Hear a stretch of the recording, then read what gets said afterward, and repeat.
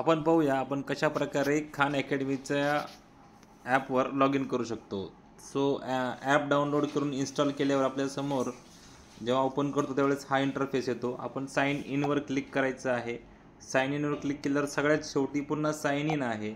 या sign इनवर click केल्यावर पुन्हा सर्वात खाली इथे एंटर ॲन ईमेल ॲड्रेस और यूजर नेम म्हणलं आहे, तर इथं आपण ईमेल ॲड्रेस किंवा यूजर नेम टाकायचं आहे। तर मी माझ्याकडे जो आहे तो यूजर नेम तिथं टाकतो आहे आणि पासवर्ड टाकतो आहे, जो तुम्हाला तुमचे शिक्षक देतील।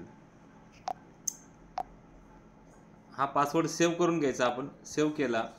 सेव्ह केल्यावर दुसरा इंटरफेस आला। इथे तुम्हाला लँग्वेज सिलेक्ट करायला सांगितलेली आहे। सो आपण सिलेक्ट लँग्वेज करूया।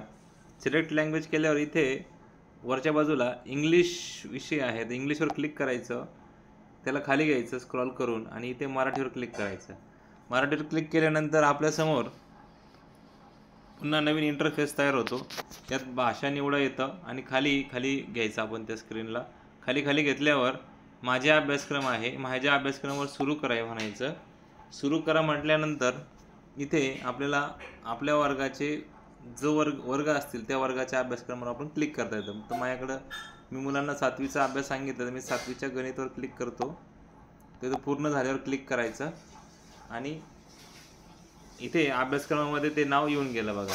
इयत्ता 7वी गणित MH वर क्लिक केलं की इथं 7वीचे गणिताचे धडे इथं आले।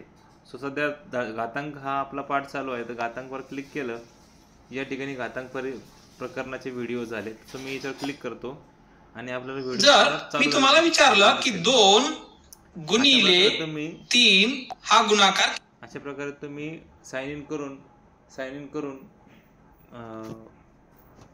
ॲप यूज करू शकता। थँक्यू।